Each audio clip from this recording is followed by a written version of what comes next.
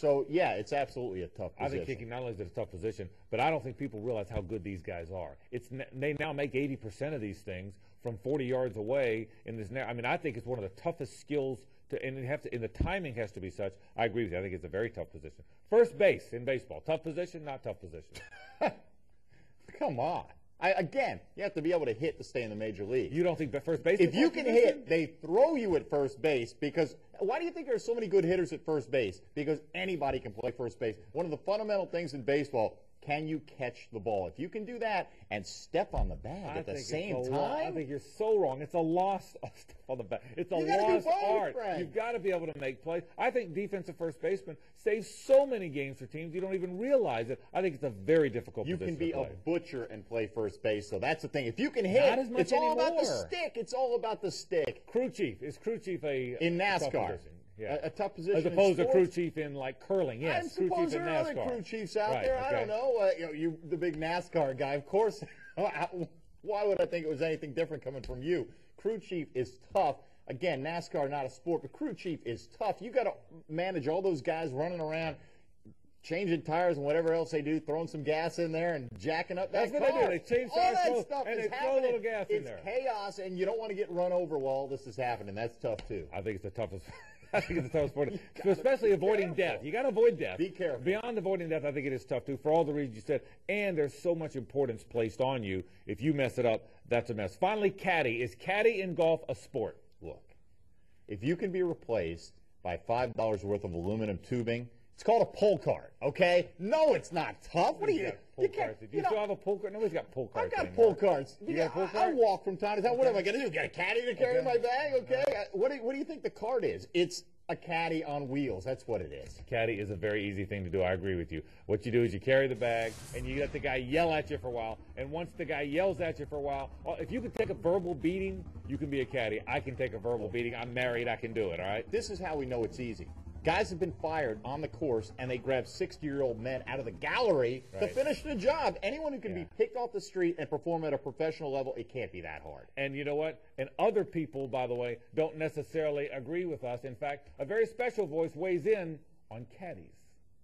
The caddy's role depends very much on who he's caddying for. I know that back in Jack Nicklaus' heyday, he had Angelo Argia. And Angelo went out and walked the golf course and made Jack's book, and Jack trusted him implicitly.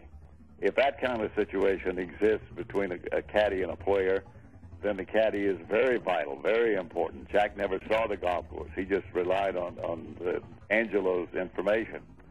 There have been some strained instances when the caddy and the player get into arguments. In that case, he's not very valuable. Because the golfer ultimately is going to depend on his decision, what club to use and what the situation is. If he trusts the caddy is very important. And I think Tiger Woods and Phil Mickelson are two examples of how important the caddies are today. One of the legendary voices in all sports broadcasting, Pat Summerall, we appreciate his input. Don't know that I agree with him, though, but he knows caddies better than we do. Well, look, I respect Pat Summerall, but tell Fat Jack to get out there and do his own yardage book, okay? If he wasn't so lazy, I mean, come on. I must have only hit it 167. You had 166. Come on, it's ridiculous. They've got laser rangefinders these days. Caddies are obsolete. You're ready about the 60-year-old guy in the crowd can help us all. We'll take a break. When we come back, what coaches and people in sports haven't gotten enough respect? We'll have that for you after this. Welcome back to the program. Time now to talk about people in sports who don't get enough respect. Talk show hosts. Me. You. Me, personally. You're a talk show host. In all aspects of life. Forget the talk show host stuff. What about players and coaches in sports who don't get enough respect? What did you think? Another Tom Bush BMW shout-out. You know, first of all, I'd like to say that it's an honor being on the show. I would say Howard Schnellenberger from Miami. Howard Schnellenberger. Doug Dickey would be the coach. I'm a big fan of Mike and Mike in the morning. That's what this is, right? Mike and Mike. Dan Patrick. Roy Williams. Maselli. Jim Tressel, Ohio State. Urban Myers. Bobby Bowden. Parcells when he first got to the Cowboys. Bobby Bowden. Probably any of the Florida coaches, because nobody in the nation seems to notice that we win national titles year after year. All right, what do we think about players and coaches didn't get enough respect? We both got one of each. I'll start with the coach, Mike. Tony Dungy never got his respect. Maybe now that he's got a world championship, he's finally getting it. Nobody realized he built that team in Tampa Bay. Nobody realized what a good job he was doing with the Colts. Everybody thought it was just Manning and Harrison. I don't think Tony Dungy ever got enough respect. Poor Tony Dungy. He's only got like the #1 book on the New York Times bestseller list, so at least he did. No football book's ever been there. I think people respect Tony Dungy. Maybe he didn't get the credit he deserved for building the Tampa program, but certainly I think he got more credit than he deserved until Indy won with the Colts. I think, you know what, call me a homer. I think Joe Torre doesn't get the respect he deserves for winning 4 titles, 4 World Series titles. This wasn't a group that he won with the Yankees in the 90s that was loaded with Hall of Famers. Outside of Mariano Rivera, Derek Jeter, he had a lot of good ball players that he managed very well. I don't think he got the credit for being the mind behind that. As a player, Frank, right here in our town, I don't know if nationally Fred Taylor gets the respect because that fragile label will always stick with him. The guy has been a great performer. He's never made the Pro Bowl. That's an indication that he doesn't have the respect from the fans, the respect from maybe his peers in some cases. He's a guy who's always produced. His numbers are going to be some of the all-time greatest numbers when it's all said and done, but people don't look at him like that as a running back. I think Torrey gets plenty of respect. He has great players. You're supposed to win with great players. He's in New York. He gets scrutinized. I think he gets plenty of respect. I agree with you on Fred Taylor. Fred Taylor doesn't get enough respect, and I think Fred Taylor is a terrific player. How about guys from years gone by? Terry Bradshaw, a guy you never give respect to. All he did is win championships. Go out, win a championship, and then go home. Start, win a championship, go home. Isn't that what you're supposed to do? Didn't Sven Nader win a bunch of championships, too, with the didn't Lakers? Play, though. All right, but he won. If that's the only criteria. At some point, we're going to do an overrated show, right? Right. Terry Bradshaw can be brought up that day. You kidding? Okay. Not enough respect. What if he won 8 rings? Would he have been not overrated enough respect. Look at the numbers. He had the greatest defense, maybe in the history of the National Football League. He had Hall of Famers all around him. Roll the ball out there and go play. Big deal. I think Bradshaw was a great player and doesn't get enough respect, and I'm mad about it. That's how I feel about this. All right. Once again, Pat Summerall has seen far more sports than Mike or I have. What does he think about folks that haven't gotten enough respect?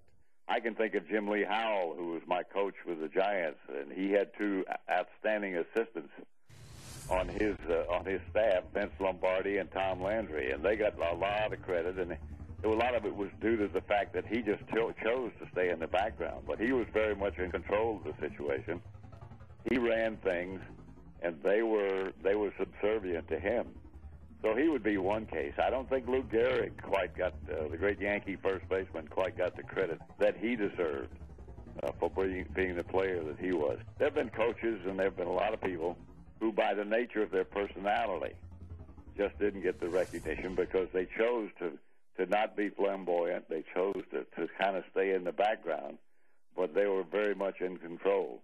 Pat, thank you. Once again, thanks to Pat Summerall. Lou Gehrig maybe didn't get enough respect. Lou Gehrig's one of the greatest players of all time, but nobody talks about it that way. I can agree with that one. Well, yeah, you know what? You're going to accuse me of being a homer if I agree with anything. You are with a the homer. Yankees. That's why I agree with you, accuse you of that. How about sucking up to Pat Summerall a little bit? He was overshadowed by his broadcast partner. He was talking about a coach that got overshadowed, and that's the thing. With people that don't get the proper respect, you sometimes don't even know that they deserve it because they kind of step back and put themselves in the shadow and let somebody else grab the limelight. That was Pat Summerall's career.